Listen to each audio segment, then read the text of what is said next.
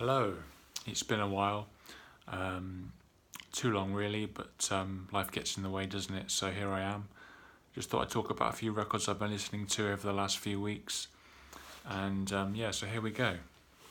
Now I've been in a bit of a jazz mood as of late, so we'll start off with Miles Davis, Seven Steps to Heaven. This one's from 1963, very lovely album. I listened to this one a minute ago actually, and it's really nice. Just classic sort of Miles Davis tone. There's something about that 50s, early 60s Miles Davis tone where it's just the instant it hits, it's just beautiful, like soul soothing, relaxing, all in one punch basically. Just bam, like beautiful.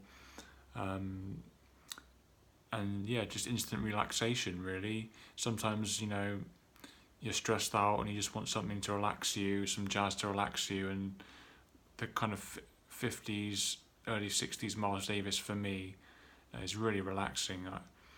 You either, if you know your jazz and you know what I'm talking about, Miles Davis is an icon for a reason, so, and that's one of the many reasons. But yeah, that tone, his 50s, early 60s tone, as I said, just really beautiful, and I really enjoyed this. Where is it? Seven Steps to Heaven, classic track. I remember when I first got into jazz years ago, when I was younger, and the first jazz album I got was Miles Davis' Greatest Hits. And I remember living in a small town and being on the bus, and I would listen to that Seven Steps to Heaven song and be like, wow, okay, now I understand now, I like jazz. So that was one of the first things that got me into it, and yeah, a really nice one. Okay, also another Miles I'll show while I'm here. Well, technically a Cannibal Adderley album, something else, but as you can see it's got Miles Davis there underneath, Hank Jones, Sam Jones and Art Blakey, so I mean, if you know your jazz, this is an all-time classic. A lot of people really kind of consider this as a Miles Davis album really. He kind of dominates the first side really, and a lot of the second. I mean, his playing on this is just beautiful, and like basically what I just said about the other album you can apply to this. It's beautiful, relaxing, just this is like a masterpiece really. This is perfect. Autumn Leaves, the first track, as soon as it starts off, dun dun dun dun dun, and then he comes in, ba ba ba, beautiful. It's just so relaxing. If you know that song, you know what I mean. It's just perfect. So yeah, if you like jazz or are interested in jazz, I've never heard this album, check it out because this is really excellent, classic. Okay, I listened to this one the other day, Breakout, with blues. I believe this is like 1971, I think. This is Polish blues rock.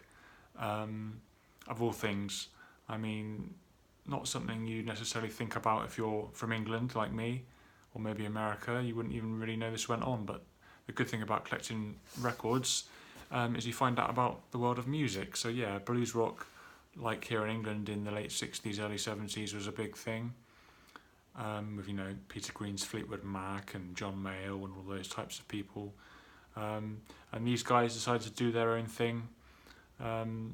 It's in Polish. I don't speak Polish, no idea what he's talking about, but the guitar on this, the music on this is fantastic. If you're into your blues rock, this is great. I imagine it's the standard sort of blues themes he's talking about, but that doesn't matter really. If you're into your music, check this out. You like your blues rock, check it out because it's really good. And I showed this one on Instagram, and I mentioned that I dated a girl from Poland years ago now, and yeah, she knew this album. I told her I found this album, it was in Polish, and she was like, oh yeah, this is quite well known in Poland. One of the songs I played for her, she said, oh yeah, I heard that on the radio before, so which is quite cool. So yeah, apparently this is quite important in Poland, this album. But yeah, check it out, it's quite good. Quite rare, I believe, around these parts, but I was lucky to find that. Nucleus.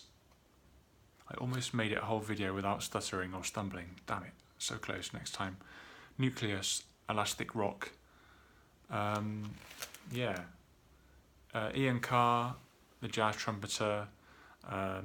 You know, if you're super into your jazz or your funk or your kind of cool 70s, 60s music, you might know Ian Carr. He's very sort of cool in the VC and in jazz circles. His albums are very collectible, are very expensive. Some of them, you know, the ones he made with Don Rendell, particularly Shades of Blue, stuff like that, outrageously expensive, like thousands of pounds expensive. You know, they're beautiful, very rare. As these things go, you know, they're not cheap because supply and demand, I guess, and all that kind of stuff. But yeah, Nucleus, even these ones, these are very expensive as well, fairly expensive. You're talking a couple £100 for a really nice copy of this one, I think, nowadays. But yeah, this is an original on Vertigo Swell. Basically, if you're into jazz, funk, just really cool, interesting music, really cool vibe, just funky, just excellent musicianship, top notch. Check out Nucleus if you don't know them. Check out Ian Carr if you don't know him. I have a few other Nucleus albums. I'm lucky to have a few originals, which I'll show another time, but I just thought I'd show you one for now. But yeah, nice sort of Nucleus like lava there. But yeah, really, really cool album. Check it out. I think that one's like 69, 70. I forget, but yeah. Betty Davis. Now, we talked about Miles Davis earlier. She was actually married to Miles Davis. That's where she gets a Davis from. I don't think it lasted very long. But yeah, this is one of the coolest albums you'll ever hear, basically. Funk, soul. This girl was something else. I can see why she and Miles Davis got married, because this girl was badass. And I'm sure she gave Miles a run for his money. Because you've got to be badass to marry Miles Davis, because he was a mean mother. And she seemed like one too, you know. Very cool, very funky. Excellent, like, cool guitar on this. She had a great voice.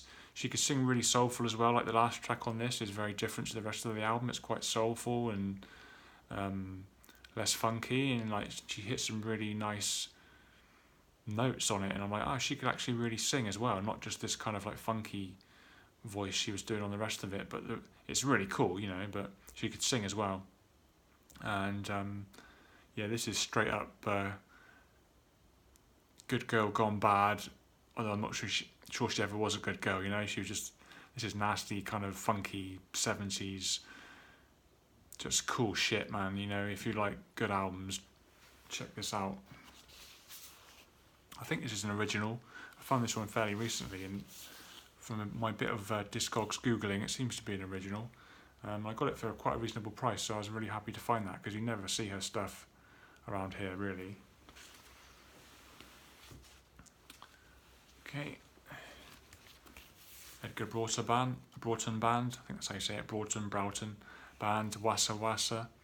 This is an English band from the 60s and 70s. This is 69, I believe.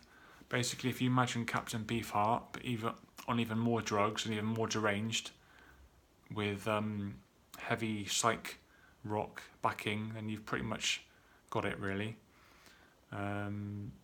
This album is absolutely bonkers, but in a cool way.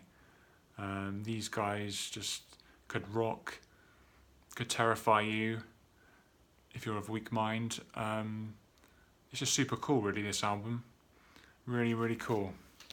If you like your 60s, 70s interesting kind of heavy rock, heavy psych rock, and don't know this album, I mean, if you're watching this, there's a likelihood you do know this album, but on the off chance you don't, check it out. It's really cool if you're into that kind of stuff.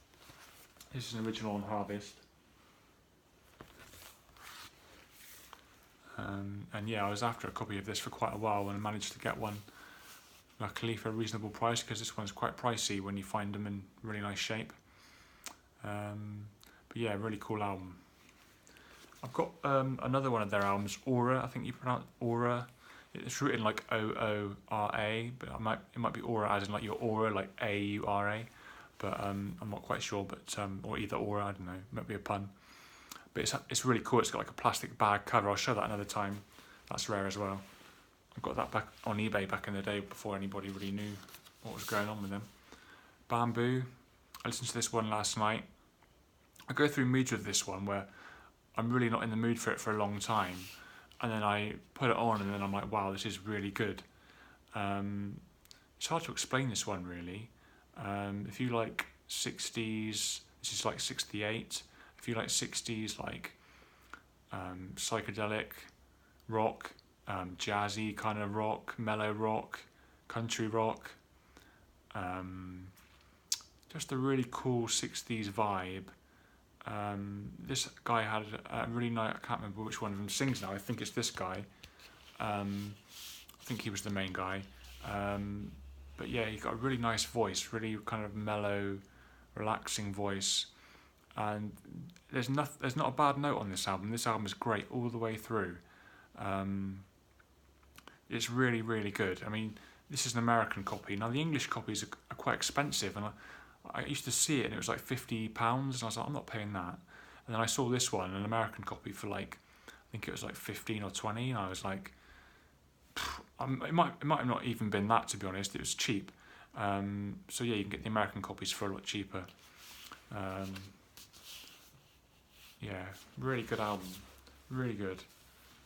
I'll show us a few singles while I'm here, and EPs. I don't know if I'm going long, but sod it, it's been a while. Chet Baker. This is a nice original American EP from the 50s. I found this in a charity shop a while ago. If you open it up there, you've got this great classic shot of Chet Baker there, look.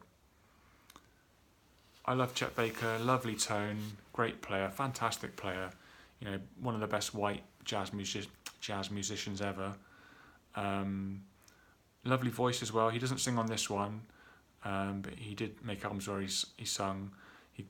Towards the end of his life, after a lot of heroin abuse and God knows what else, his voice kind of wasn't quite what it was back in the 50s, but still it kind of had a kind of its own, I don't know what you'd say, je ne sais quoi, because of that. But yeah, this is just him playing really nice. And this is interesting because it's got an address of an RAF base on the back, Royal Air Force Base. So somebody obviously brought this over from America back in the day, and left it here, and now it's mine. So yeah, I'm glad they did. Beautiful.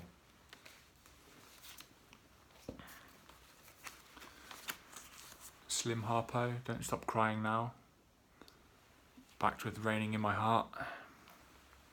Damn, this is a good single. This is perfect. This is a perfect song. If you like blues, if you like 50s sounding like rock and roll, I think it's early 60s, but it's got that kind of upbeat rock and roll vibe, but it's blues. And Slim Harpo, if you don't know Slim Harpo, one of the coolest voices ever, just so relaxed and cool, and he's just great. So yeah, this is an original American copy that I found at a record fair. This is excellent. If you like blues, check it out. Another blues, Lightning Hopkins, Mojo Hand. This is an original. I believe Lightning Hopkins was from Texas. One of the coolest people to walk the earth back in the day, basically. There's not many people cooler than Lightning Hopkins, and is anybody cooler than Lightning Hopkins? I don't know. You know.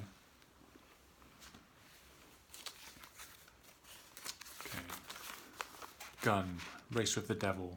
This is a classic 60s heavy rock track. This is fantastic.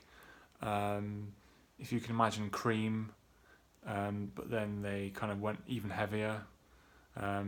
With the way this starts out, it sounds like Cream, and then it just goes into this classic heavy rock riff, psych guitar riff. If you don't know this song and you like your heavy 60s, 70s rock, then first of all, I don't know how you don't know this, but second of all, you know, obviously you weren't probably around at this time, maybe.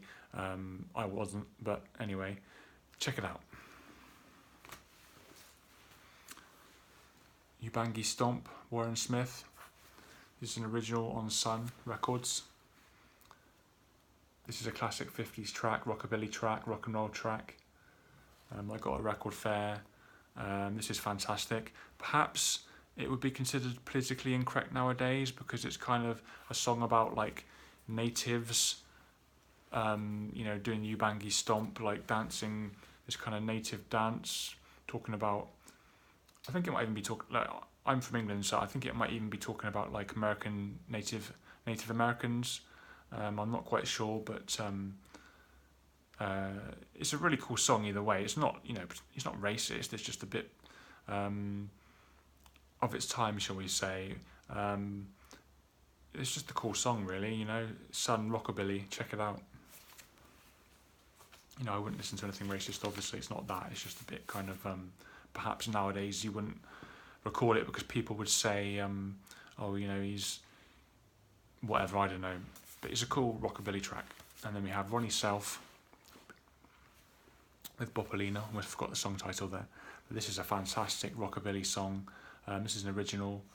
As you can see, somebody's wrote on here, legendary dance floor filling blues bopper, £12. There we go. Really cool song. That's everything for today. Sorry it's been so long. Basically, to be completely honest, I've been going through a depression lately and I just haven't felt like making a video, to be honest. I haven't had the energy to do it. I've been tired from work. You know how that goes, I'm sure. And other things going on. So, I just haven't felt like it really, but today I did. I'm considering making a 78 RPM video. I collect and listen to 78 RPM records as well. I'm considering doing that. I'd like to make a heavy records video as well, as I mentioned before in a previous video. And there's a whole lot of stuff I'd like to do really. It's just having the sort of motivation to do it. You know how that goes sometimes, But yeah, thanks for watching. I enjoy all the comments. And see you again.